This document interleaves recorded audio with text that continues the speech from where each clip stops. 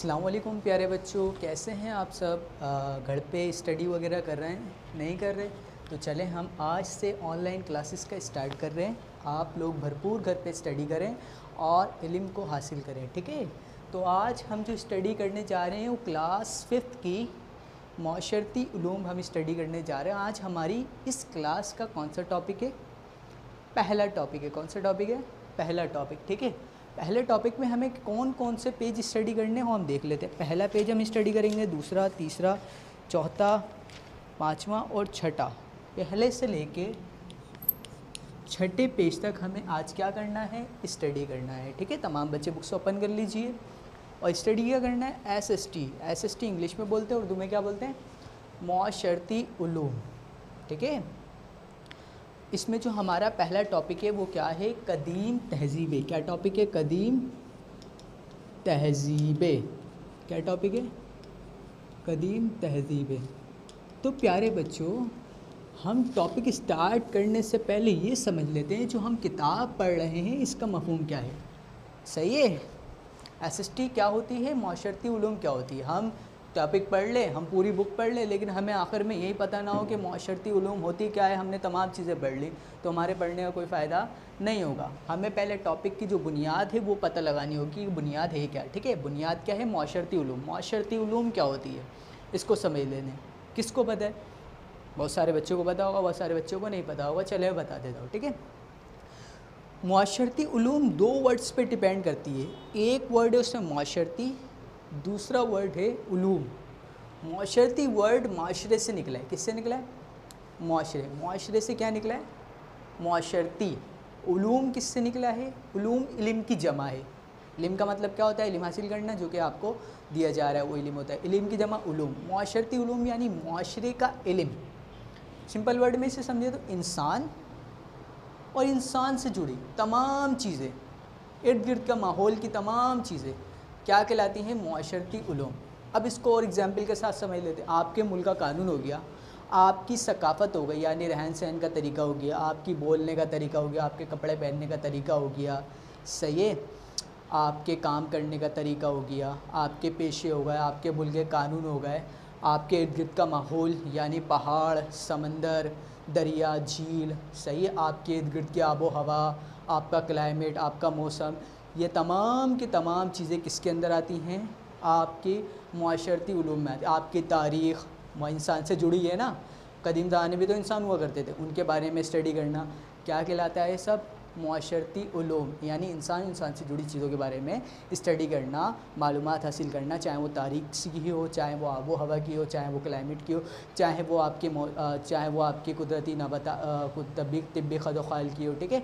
जितनी भी चीज़ों की हो वो आपकी जो है वो माशरती उलूम कहलाती है, ठीक है। माशरती उलूम को डिफरेंट कैटेगरीज़ में तोड़ा गया है, सही है। उसमें आपकी आबो हवा भी है, इसमें बहुत सारी चीज़ें हैं, ठीक है। इंसान की तारीख़ भी आती है, इंसान की सकाफ़त भी आती है, इसमें बहुत सारी चीज़ें आती हैं। तो आपको क्लियर हो गया? सही है। माशरती उलूम क्या होती है? चलिए ठीक है, टॉपिक की तरफ आते हैं। टॉपिक क्या है हमारा? कदीम तहज़ीबें। कदीम का मतलब होता है पुराना, सही है। अब क्या आपके पास पुराना फ़ोन है? ऐसे नहीं होगा कदीम फ़ोन हो गया। पुराना ज़माना यानी आज से बहुत सालों पुराना, 1000 साल पुराना, 2000 साल पुराना, ऐसे ज़माने को क्या बोलते हैं? कदीम यानी पुराना, सही। तहज़ीबें।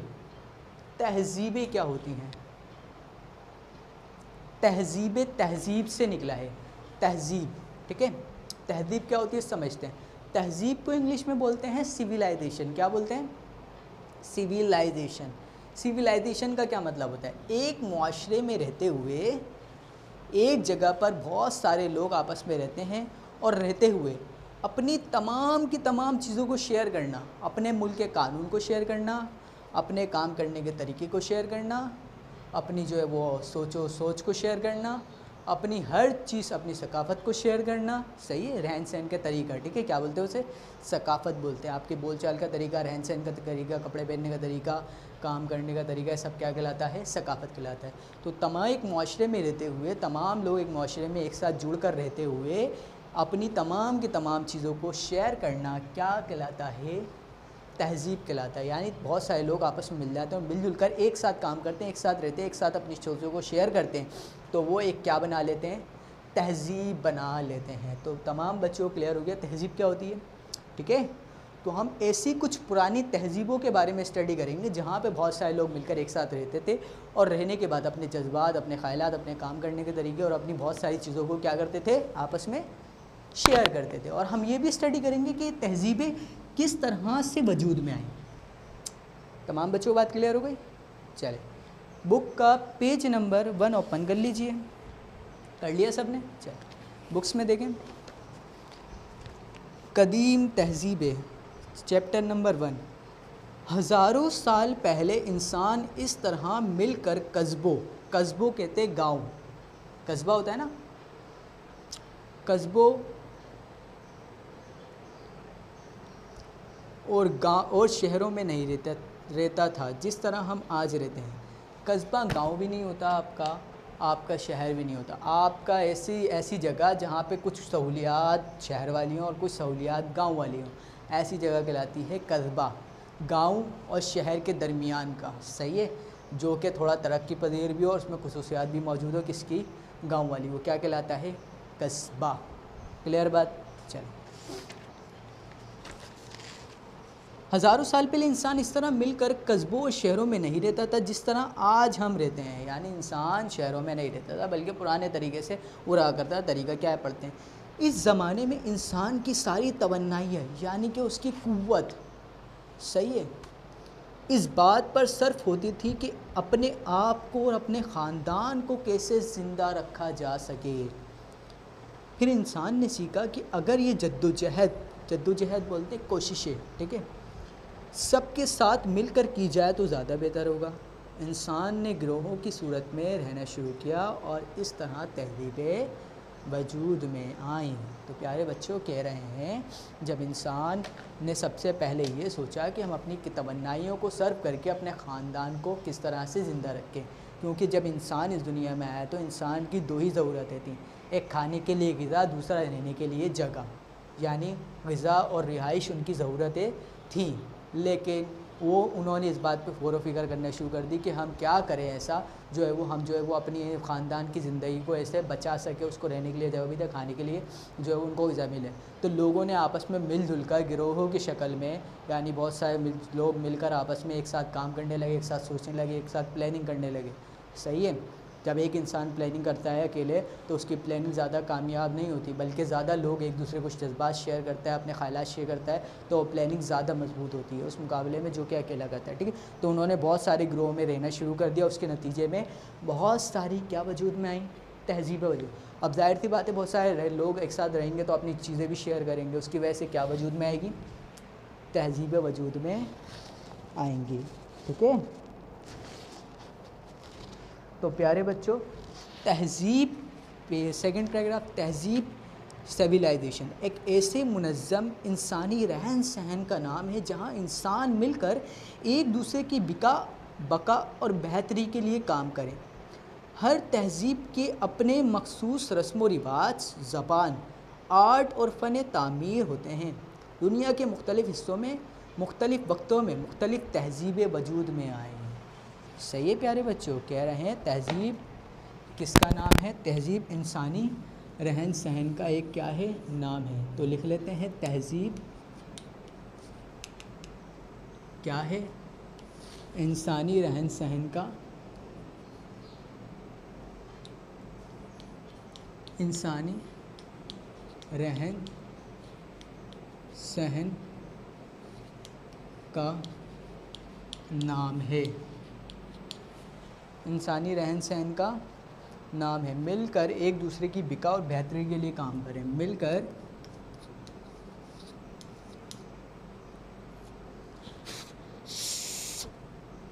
एक दूसरे की बका और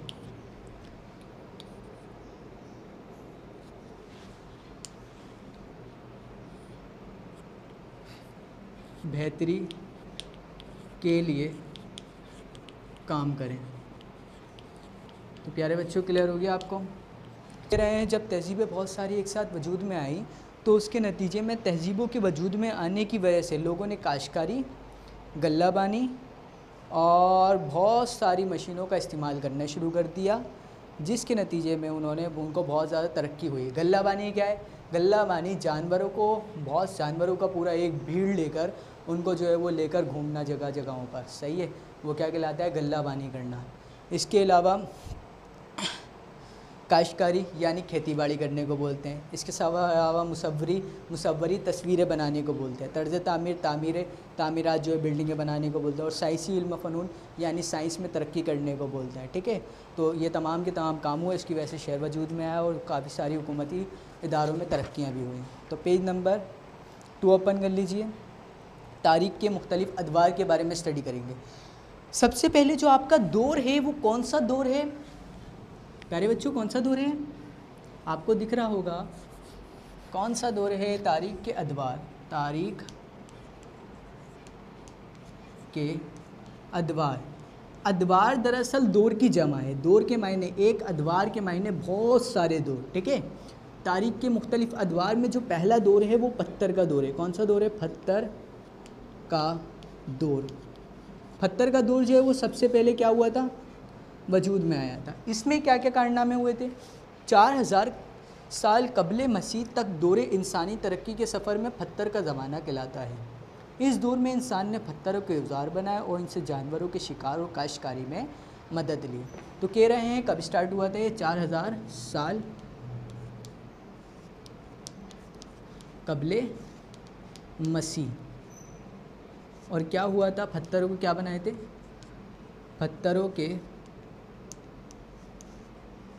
औजार बनाए, जिसको किस काम में लिया? जानवरों को शिकार करने में, जानवरों का शिकार और काश्तकारी यानी खेती बाड़ी में मदद ली। ठीक है, काश्तकारी में मदद ली। क्लियर हो गया बच्चों? इसके बाद पत्थर के दौर के बाद आया था कांसी का दौर। किसका आया था? कांसी का दौर। आपके ज़हन में आया होगा कांसी का दौर क्या होता है? कांसी क्या होता है? ठीक है, कांसी कहते हैं पीतल को। आपने पीतल देखी है? जी बिल्कुल वही, सही है, पीतल। पीतल को क्या बोलते हैं? कांसी। यानी पीतल का दौर कब स्टार्ट हुआ, इसमें क्या क्या काम हुआ, इसके बारे में स्टडी कर लेते हैं। जो कांसी का दौर है उसमें, इस दौर में इंसान ने कांसी की धात से औजार और हथियार बनाए, जिससे इंसानी तरक्की की रफ्तार तेज़ हो गई। इस दौर में मुख्तलिफ इंसानी तहज़ीबें वजूद में आईं। कुछ तहज़ीबें वक्त के साथ ख़त्म हो गए और कुछ तहज़ीबें तरक्की करते हुए मौजूदा दौर तक आ मिली। तो प्यारे बच्चों कह रहे हैं इस दौर में जो है बहुत सारे जो है वो इसके औजार बनाए, तो इंसानी तरक्की ने इसमें जो है वो बहुत ज़्यादा तरक्की की थी और इंसानी तहज़ीबें भी बहुत सारी इसमें क्या हुई थी? वजूद में आई थी। इंसानी तहज़ीबें वजूद में आई। इंसानी तहज़ीबें वजूद में आई। कुछ तहज़ीबें जो है इसमें से ख़त्म हो गई थी क्योंकि वो ज़्यादा जो है वो सर्वाइव नहीं कर सकी, और कुछ तहज़ीबें जो है वो आगे के ज़माने में भी जा मिली। सही है। तो कांसी के दौर के बाद आया था लास्ट में लोहे का दौर। कौन सा दौर आया था? लोहे का दौर। लोहे का दौर कांसी के दौर और पत्थर के दौर से बहुत ही ज़्यादा पायदार था और बहुत ही ज़्यादा अच्छा साबित हुआ था। ठीक है, चलें। लोहे के दौर में क्या हुआ था? इस दौर में इंसान ने लोहे के औजार हथियार बनाए। जाहिर सी बात है, लोहे का दौर है तो किसके हथियार बनेंगे? लोहे के हथियार औजार बने। ये कांसी के मुकाबले में ज़्यादा पायदार और मजबूत थे। किसके मुकाबले में ज़्यादा पायदार और मजबूत थे? कांसी के मुकाबले में ज़्यादा पायदार और मजबूत थे।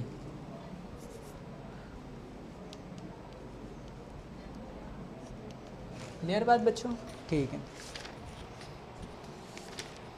इसके बाद कह रहे हैं लोहे के इस्तेमाल से इंसानी तहज़ीब की तरक्की की रफ्तार मज़ीद तेज़ हो गई। यानी इंसानी तरक्की ने जब की उसके बाद जो है वो लोहे की वजह से इंसानी तहज़ीब की तरक्की की रफ्तार जो है वो तेज़ होना शुरू हो गई। इंसान की तहज़ीब ने बहुत ज़्यादा, इंसानों ने और ज़्यादा तरक्की करना शुरू कर दिया। आपके पास दौर का जो है टाइमलाइन बनी हुई है। अब यहाँ पे कबले मसीह लिखा हुआ है। कबले मसीह का क्या मतलब होता है? तो बच्चों कुछ इंग्लिश में इस तरह से वर्ड थे, एक था BC और दूसरा था AD। सही है। बीसी का मतलब था बिफोर क्रिस्ट, क्या था? बिफोर क्रिस्ट इंग्लिश के अंदर, ठीक है। और एडी का मतलब था एनो डोमिनी, क्या था? एनो डोमिनी, सही है। और जो बीसी है इसका मतलब होता है बिफोर क्रिस्ट, क्रिस्ट कहते हैं हज़रत ईसा अलैहिस्सलाम को, यानी हज़रत, बिफोर का मतलब पहले, हज़रत ईसा अलैहिस्सलाम से पहले का ज़माना बीसी, एनो डोमिनी हज़रत ईसा अलैहिस्सलाम के बाद का ज़माना, सही है। यानी कबल मसीह, यानी कबल का मतलब पहले, मसीह का मतलब हज़रत ईसा अलैहिस्सलाम, हज़रत ईसा अलैहिस्सलाम के ज़माने से पहले का जो ज़माना है वो क्या कहलाएगा? बीसी, यानी कबल मसीह, क्या कहलाएगा? कबल मसीह। यानी जब हज़रत ईसा अलैहिस्सलाम इस दुनिया में तशरीफ़ नहीं लाए थे तो उससे पहले का ज़माना क्या कहलाता था? कबल मसीह कहलाता था। क्या कहलाता था? कबल मसीह।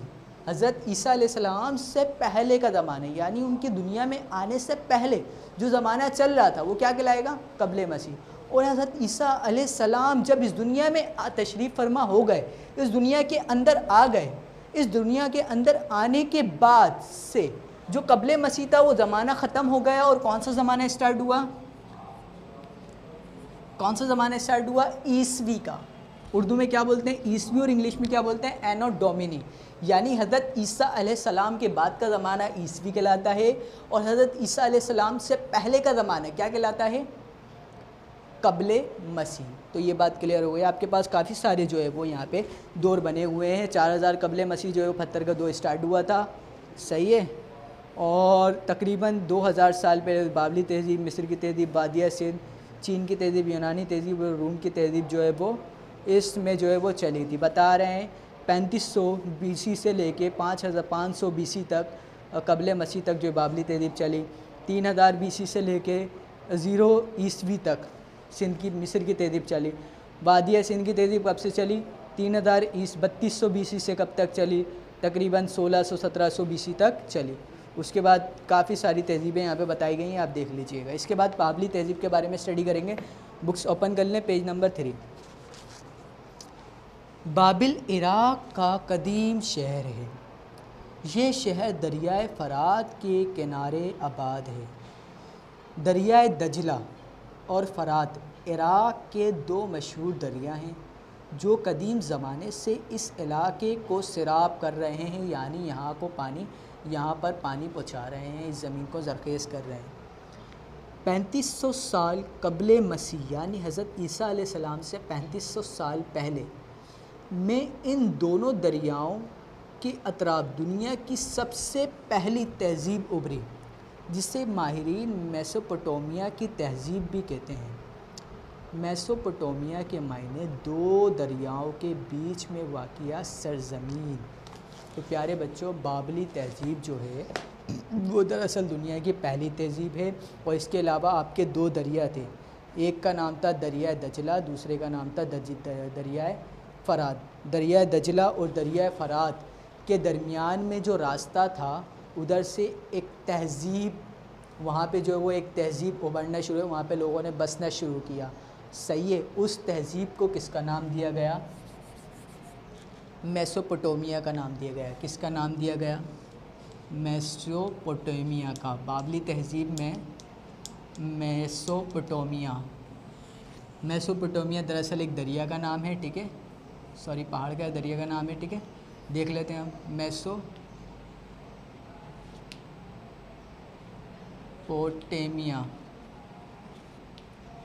मेसोपोटामिया के दरमियान दो दरिया के दरमियान की जगह है, दरिया दजला और दरिया फ़रात, ठीक है। तो वहाँ से होते हुए जो जगह लोग आबाद थे, उस जगह पे जो तहज़ीब स्टार्ट हुई वो मेसोपोटामिया की तहज़ीब कहलाई। और इसके मायने होते हैं 2 दरियाओं के बीच में वाक़िया सरज़मीन। 2 दरियाओं के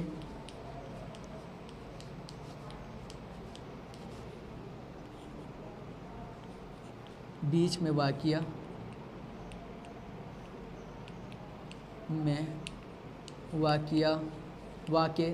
सरज़मीन। क्लियर? ठीक है, इसको नोट डाउन करें। नोट डाउन कर लिया? ठीक है, सही।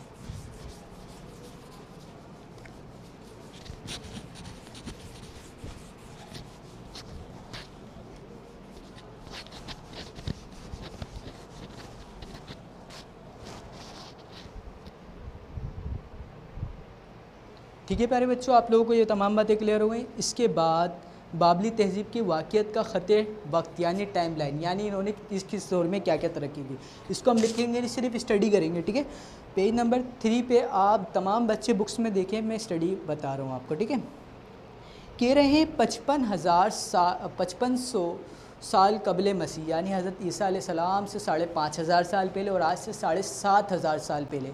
सही है, इराक़ में दुनिया के सबसे पहले नहरी निज़ाम का आगाज़ हुआ, यानी एक इराक़ शहर का नाम है, उस जगह पर सही है जो है वो सबसे पहले नहरी निज़ाम जो है वो बनाया गया कि जहाँ से जो है वो नहरें होके गुज़रती हैं, वो नहरी निज़ाम कहलाता है। ठीक है, उसके बाद 4000 कबल मसीह, यानी आज से 6000 साल पहले खेती बाड़ी के लिए हल का इस्तेमाल इराक़ में किया गया, यानी खेती बाड़ी करने के लिए हल जो हम डालते हैं, हल सही है, हल जो हम करते हैं सही है, हल करने का जो इस्तेमाल है वो सबसे पहले इराक़ में हुआ, और कब हुआ? 4000 साल कबल मसीह हुआ।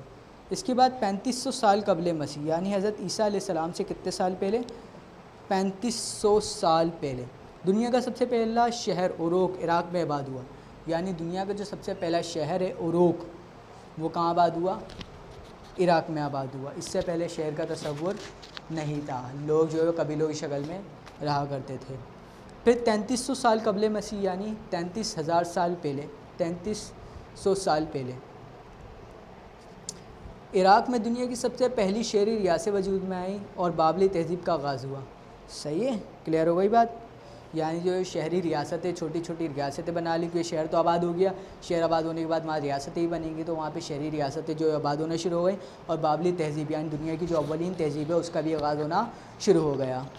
इसके बाद 1757 साल कबल मसीह, यानी हज़रत ईसा अलैहिस्सलाम से 1757 साल पहले बाबिल के बादशाह, बाबिल एक शहर का नाम है जो कि इराक़ के अंदर वाक़िया है, बादशाह हम्मुराबी ने बादिया दिल्ला फ़रात की शहरी रियासतों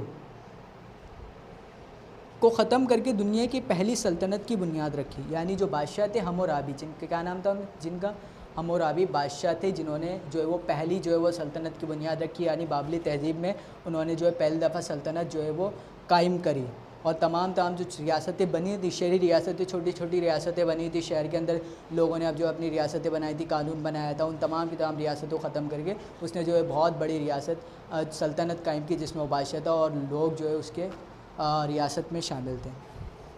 उसके बाद 539 साल कबल मसीह, यानी हज़रत ईसा अलैहिस्सलाम से 539 साल पहले ईरान के साइरस आदम ने इस खत्ते पर कब्ज़ा करके अपनी सल्तनत फ़ारिस में शामिल किया। कदीम बाबली तहज़ीब ख़त्म हो गई। 539 में बाबली तहज़ीब है वो क्या हो गई? ख़त्म हो गई। उसके बाद साइरस आदम आए, साइरस आदम ने ईरान के ऊपर और इस जगह पे फ़ारिस पर जो है वो हमला करके अपनी हुकूमत जमा ली। किसने? साइरस आदम ने, साइरस द ग्रेट ने। साइरस द ग्रेट इंग्लिश में बोलते हैं, साइरस आदम उर्दू में, और इसके अलावा इनको ज़ुल्कुरनैन के नाम से भी जानते हैं। कुरान पाक में ज़िक्र आया है ज़ुल्कुरनैन बादशाह का, ठीक है, जिनको साइरस आदम के नाम से भी जाना जाता है, कि लोगों का ख़्याल है कि जो साइरस आदम है वो दरअसल कौन से बादशाह हैं? ज़ुल्कुरनैन बादशाह हैं, ठीक है। और इन्होंने हन्हा मंशी अहद यानी जो है वो इसकी जो है डायनेस्टी का जो है वो शुरुआत की थी। 651 ईस्वी में, यानी हज़रत ईसा अलैहिस्सलाम से 651 साल बाद इस खत्ते में इस्लाम गालिब आ गया। कुछ बरस बाद हज़रत अली की दौरे खिलाफत में इराक़ का शहर कोफा इस्लामी मुमलिकत का दारुल हुकूमत बना। सही है, लास्ट टाइम आपको बताया था कि कोफा को जो है वो उन्होंने दारुल हुकूमत बना लिया था हज़रत अली ने, ठीक है। तो इस्लाम को जो है पूरे ख़त्ते के अंदर इराक़ में फैला दिया, और फैलाने के बाद जो इराक़ का शहर कोफा था उसको दारुल हुकूमत बना दिया था। दारुल हुकूमत बनाने के बाद वहाँ पे तमाम निज़ाम को कायम कर दिया था। अब दारुल हुकूमत कोफा को बनाया। अब जहन में आया होगा कि दारुल हुकूमत क्या होता है? किसी के जहन में आया? ठीक है, बहुत सारे बच्चों को आया होगा, चलें बता देता हूँ दारुल हुकूमत क्या है। दारुल हुकूमत ऐसे शहर को बनाया जाता है जहाँ पर मुल्क के तमाम निज़ामों को मैनेज किया जा सके। मिसाल के तौर पर पाकिस्तान का दारुल हुकूमत क्या है? आपने सुना इस्लामाबाद है। इस्लामाबाद क्यों है? कराची क्यों नहीं है? कोयटा क्यों नहीं है? इस्लामाबाद इसलिए है क्योंकि उस जगह पर तमाम के तमाम मुल्की मसाइल को हल किया जाता है, हल करने के बारे में सोचा जाता है। ऐसी जगह या ऐसा शहर, मुल्क का ऐसा शहर जहाँ पे मुल्क के तमाम मसाइल के बारे में सोचा जाता हो, जहाँ पर मुल्क के तमाम प्रॉब्लम्स को हल किया जाता हो, जहाँ पर मुल्क के तमाम फ़ैसले किए जाते हो, जहाँ पे मुल्क के तमाम कानून बनाए जाते हो, जहाँ पे मुल्क के तमाम बड़े बड़े लोगों की मीटिंग की जाती हो, उस जगह को क्या बना दिया जाता है? दारुल हुकूमत। तो हज़रत अली ने दारुल हुकूमत किसको बनाया था? कूफ़ा को। और किसके मुल्क को बनाया था? इराक़ के मुल्क को जो है वो कूफ़ा को जो है वो दारुल हुकूमत किसने बना दिया था? हज़रत अली ने, जब उनकी दौर खिलाफत आई की थी और उन्होंने पूरे मुल्क में इस्लाम को फैला दिया था। क्लियर हो गई बात? पेज नंबर 4 जल्दी से ओपन कर लीजिए। ठीक है, इराक़ तहज़ीब में दरियाओं के किनारे बड़े बड़े शहर आबाद किए। सही है, इराक़ी तहज़ीब। कौन सी तहज़ीब? इराक़ी तहज़ीब।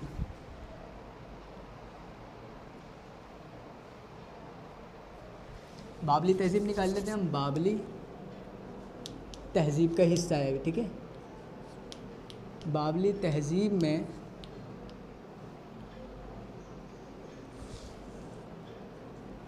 कौन सी तहज़ीब? इराक़ी तहज़ीब।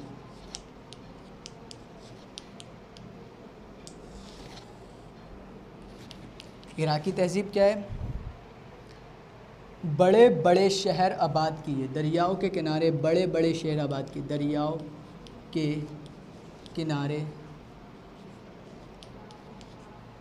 बड़े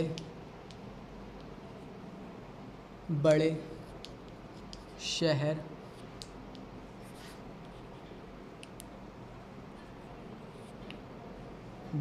शहर आबाद किए, ठीक है। हम्मुराबी ने तकरीबन 1800 साल कबले मसीह में एक नया शहर बाबिल आबाद किया और इसे अपना दारुल हुकूमत बनाया। बाद में बाबिल शहर को इस कदर उरूज हासिल हुआ कि ये तहज़ीब बाबली तहज़ीब कहलाई। कह रहे हैं हम्मुराबी, मैंने आपको बताया था कि बादशाह थे एक हम्मुराबी, क्या नाम था? हम्मुराबी। ये दुनिया के पहले वाहिद बादशाह थे जिन्होंने सल्तनत का क़याम किया, यानी ये बादशाह वो थे जिन्होंने सल्तनत का क़याम किया, बादशाहत के निज़ाम को जो है वो कायम किया, ठीक है। और इन्होंने 1800 साल कबले मसीह, कितने साल कबले मसीह? 1800 साल कबले मसीह में जो है वो एक शहर आबाद किया था जिसका नाम क्या था? बाबिल। क्या नाम था? बाबिल। कौन सा शहर आबाद किया? शहर बाबिल आबाद किया। जब इन्होंने शहर आबाद कर लिया तो इस शहर को क्या बना दिया था? दारुल हुकूमत बना दिया था। अभी मैंने आपको समझाया दारुल हुकूमत क्या होता है, क्लियर है? दारुल हुकूमत बनाया, किसको बनाया? बाबिल शहर को बनाया, ठीक है। दारुल हुकूमत जब इसको बना दिया तो दारुल हुकूमत बनाने के बाद इधर बहुत ही ज़्यादा काम किए गए। हम्मुराबी ने जो है वो काफ़ी सारे जो है वो कानून साजी भी की। कानून साजी करने के बाद वहाँ पे जो है उनका मज़हब बुत परस्ती था, बुत की पूजा करते थे, मंदिर वगैरह जाते थे, ठीक है। तो उन्होंने जो है वो बहुत सारे कवानीन, हम्मुराबी ने बहुत सारे कवानीन लिखवाए और कवानीन को जो है वो मंदिरों में नस्ब करवा दिए ताकि लोग आते जाते उसको पढ़ते रहें, उनके जहन में जो है वो ये बार बार रिपीट होते रहें कि हमारे मुल्क का कानून क्या है, ठीक है। तो इस वजह से जो इनकी तहज़ीब जो है बहुत ज़्यादा तरक्की करी और ये जो इनकी सल्तनत है इस तहज़ीब से, कौन सी तहज़ीब कहलाई? ये तहज़ीब है, कौन सी तहज़ीब कहलाई? बाबली तहज़ीब कहलाई। कौन सी तहज़ीब कहलाई? बाबली तहज़ीब कहलाई। ये स्टार्ट तो हो गई थी लेकिन 651 में जो है वो इसका अख्तिताम भी हुआ। 651 ऐसी कुछ में जो है वो इसका अख्तिताम भी हो गया था। कब हुआ था इसका अख्तिताम? 539 में। कब हुआ था? 539 कबले मसीह में जो है वो इस तहज़ीब का क्या हो गया था? अख्तिताम हो गया था। किसने किया था? साइरस आज़म ने किया था, जो हमारे ज़ुल्क़ुरनैन के नाम से जाने जाते हैं, साइरस द ग्रेट के नाम से जाने जाते हैं। क्लियर? चले बुक्स में आगे देखिए, पेज नंबर 4 पे नीचे कुछ तस्वीर बनी हुई हैं, ठीक है।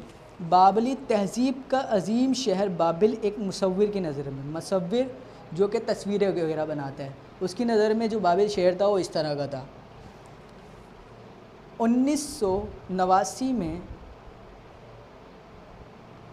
माहिरीन ने खुदाई करके बाबिल शहर दरियाफ्त किया। अब ये मौजूदा इराक़ के सूबा बाबिल का हिस्सा है। ये बाबिल शहर इन्होंने खुदाई करके ईजाद किया, ये बाबिल का हिस्सा ही है, ठीक है।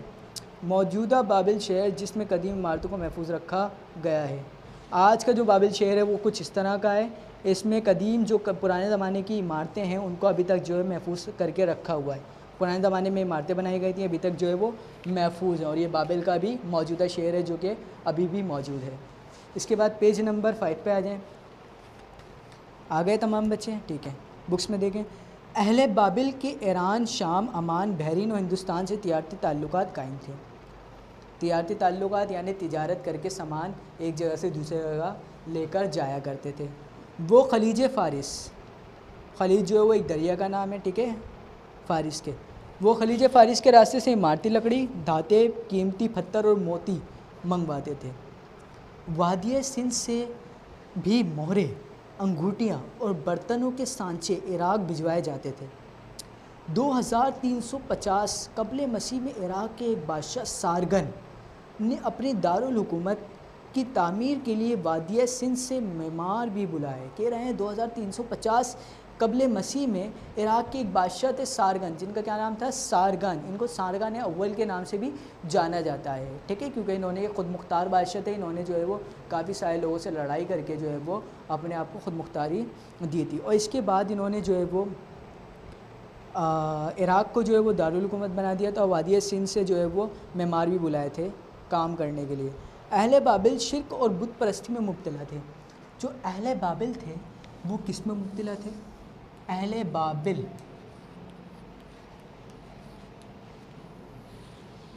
शिर्क और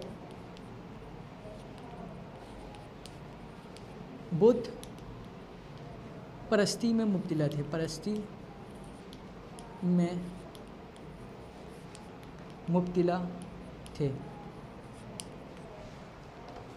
ठीक है प्यारे बच्चों। आगे देखें, वो देवताओं को खुश करने के लिए मजहबी रसूमात अदा करते और जानवरों को कुर्बान करते थे। यानी देवताओं को खुश करने के लिए जो है वो बकरे को काट दिया, उसकी हिंदू में बोलते हैं बलि चढ़ा दी, ठीक है। इस तरह से जो है वो ज़िबा करते थे और रसूमात को जो है वो अदा करते थे। बाबली तहज़ीब के तकरीबन हर शहर में आलीशान मंदिर तामीर किए गए थे। अल्लाह के पैगम्बर हज़रत इब्राहीम अलैहिस्सलाम इराक़ के एक शहर उर में पैदा हुए। आप अलैहिस्सलाम ने लोगों को अल्लाह ताला के साथ किसी को शरीक ना करने और सिर्फ़ इसी की इबादत करने की तालीम दी। यानी हज़रत इब्राहीम अलैहिस्सलाम ने लोगों को बताया कि अल्लाह ताला एक है, आप लोग मंदिर ना जाओ, बुतों की पूजा नहीं करो, ये तमाम के तमाम आप क्या करो, बिल्कुल छोड़ दो। ये बात क्लियर हो गई। चलें पेज नंबर 6, अहले बाबिल के कारनामे। अहले बाबिल ने क्या क्या कारनामे किए थे, कारनामों के बारे में हम स्टडी कर लेते हैं। अहले बाबिल के कारनामे, अहले बाबिल के कारनामे, अहले बाबिल के क्या कारनामे थे, उन्होंने क्या क्या काम किए थे, उसके बारे में हम एक नज़र षानी कर लेते हैं। क्लियर? चलें बुक्स ओपन करें। बाबली तहज़ीब ने मजमूई तौर पर इंसानी तरक्की में काफ़ी हिस्सा लिया। निज़ाम आबपाशी मवेशी पालने का आगाज़ दुनिया में सबसे पहले इसी तहज़ीब में हुआ। अहले बाबिल ने इल्म के मैदान में तरक्की की, तहरीर ईजाद की, रियाजी और ज्योमेट्री में इजाफे के लिए और नापतुल के पैमाने बनाए। इन लोगों ने रसदगाहें कायम की जहाँ सितारों की हरकत का मुशाहिदा किया जाता था। कमरी कैलेंडर की ईजाद भी इसी तहज़ीब का कारनामा है। तो प्यारे बच्चों, कह रहे हैं जो बाबली तहज़ीब है ये मजमूई तौर पर इंसानी तरक्की का हिस्सा है। इधर जो है वो आबपाशी का निज़ाम, पानी का निज़ाम, केनाल वगैरह निकालते हैं, पानी का निज़ाम कायम करते हैं, लाइनें वगैरह बिछा के, सही है। डैम में से बहुत सारी अलग अलग नहरें निकाली जाती हैं, केनाल निकाली जाती हैं, फिर वो केनाल जो है वो बहुत सारे अलग अलग इलाकों में डिस्ट्रीब्यूट की जाती है। इलाकों से बहुत सारे अलग अलग जो है वो सेक्टर्स में तब्दील जाती है, सेक्टर से वो घरों की तरफ आ जाती हैं। यह निज़ाम आबपाशी का निज़ाम कहलाता है। ठीक है, आबपाशी और मवेशी पालना यानी जानवरों की देखभाल करने का जो है वो तरीका सबसे पहले इसी तहज़ीब से स्टार्ट हुआ। इन्होंने जो है वो इल्म के मैदान में भी तरक्की की। यहाँ पे जो ज्योमेट्री की जो है वो ज्योमेट्री में इजाफ़े किए, रियाजी में इजाफ़े किए, इजादें बहुत सारी की गई, नाप तोल के पैमाने बनाए गए। इसके अलावा रसदगाहें बनाई गई। रसदगाहें ऐसी जगह जहाँ से सितारों की गर्दिश के बारे में मालूमात हासिल की जाती है कि सितारे कितने हैं और कहाँ से कहाँ मूव करेंगे। ठीक है, इसके अलावा कमरी कैलेंडर की ईजाद भी जो है वो इसी तहज़ीब से हुई। कमरी कैलेंडर यानी ल्यूनर कैलेंडर, जो कि आपका चाँद का कैलेंडर होता है कि 29 रोज़े हुए, उसके बाद 29 रोज़े के बाद 30 ईद हो गई, फिर उसके बाद जो 29 का चाँद होगा, फिर 30 का चाँद होगा। ये जो कैलेंडर है वो कहाँ से स्टार्ट हुआ? कमरी कैलेंडर इस तहज़ीब से स्टार्ट हुआ। कौन सी तहज़ीब से? बाबली तहज़ीब से स्टार्ट हुआ। तो अहले बाबिल के कारनामे क्या? इंसानी तरक्की में काफ़ी हिस्सा लिया। इंसानी तरक्की में काफ़ी हिस्सा लिया। इसके बाद लिख लेते हैं आबपाशी और मवेशी पालने का आगाज़। आबपाशी और मवेशी पालने का आगाज़। ठीक है प्यारे बच्चों, यहाँ तक तमाम बातें क्लियर हैं। ठीक है, तो यहाँ पे जो है हमारा टॉपिक एंड होता है। इसके बाद आपको जो है वो कुछ क्लास वर्क करना होगा। क्लास वर्क में आपको क्या करना है वो मैं आपको बता देता हूँ, ये एक नोट डाउन कर लें। ठीक है,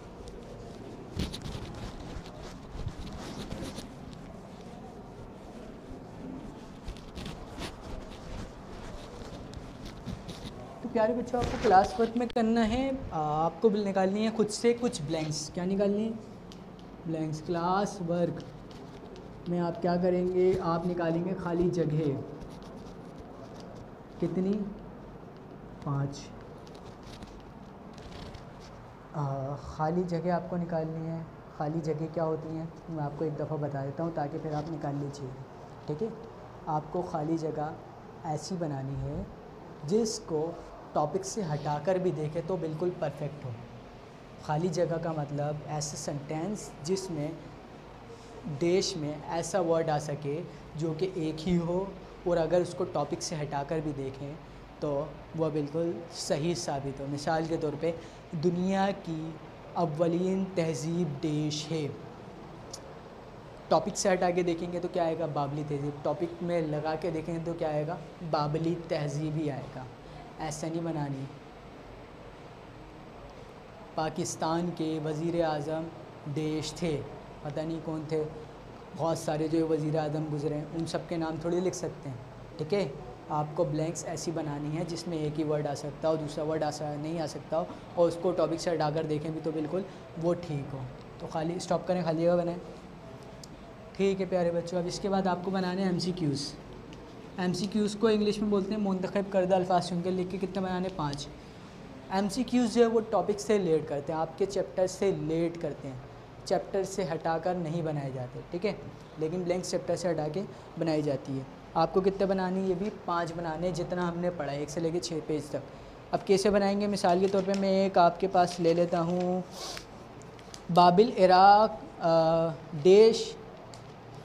बाबिल देश का कदीम शहर है। अब मैं आपको ऑप्शन दे देता हूँ, इराक़, चीन और मिस्र। आप कौन सा ऑप्शन लेंगे? इराक़ लेंगे। ठीक है, क्योंकि इराक़ का कदीम शहर कौन है? बाबिल है। तो आपको MCQ ऐसा बनाना है जिसमें आपको तीनों ऑप्शन सही लगें, तीनों ऑप्शन आपको सही लगें और उसमें से आपको जो टॉपिक बुक में आया है आपको वही उसके अंदर लिखना हो। क्लियर? तो 5 MCQs बना लें जल्दी से। स्टॉप करें। ठीक है, बना लिए। उसके बाद सवाल जवाब कितने हैं? 2 हैं। पहला सवाल है तहज़ीबें किस तरह वजूद में आई, वजाहत करें। प्यारे बच्चों, अब आपको इसमें क्या करना है? बच्चों आपको बताना है कि जो तहज़ीबें हैं वो किस तरह वजूद में आई हैं, आपको ये बताना है। ठीक है, तहज़ीबें किस तरह वजूद में है? मैंने आपको बताया था कि काफ़ी सारे लोगों ने जब एक साथ रहना शुरू कर दिया तो रहने के बाद उन्होंने अपनी तमाम की तमाम चीज़ों को शेयर करना शुरू कर दिया, अपने ख़यालात को, अपने जज्बात को, अपने काम करने के तरीके को, अपने रहन सहन के तरीक़ों, अपने आर्ट को, बहुत सारी चीज़ों को शेयर करने शुरू कर दिया। उसकी वजह से तहज़ीबें जो है बनना स्टार्ट हो गई। ठीक है, बात क्लियर हो गई? जवाब लिख लेंगे खुद से। Very good. Question number 2। Question number 2 क्या है? अहले बाबिल के कारनामों की वजाहत करें। अहले बाबिल के कारनामों की वजाहत करें। आपको अहले बाबिल के कारनामों के बारे में बताने कि अहले बाबिल के जो लोग थे उन्होंने क्या क्या कारनामे किए, रसदगाह काम की, इसके अलावा कलमी कैलेंडर बनाए, इसके अलावा बहुत सारे काम किए। तो आपको तमाम चीज़ें जो है उसके अंदर बतानी है। तो आज जो हमारा टॉपिक एंड होता है, फिर जो है वो हम अगली क्लास के साथ फिर हाज़िर होंगे। जब तक के लिए अल्लाह हाफ़िज़, ख्याल रखिएगा सब अपना। ठीक है।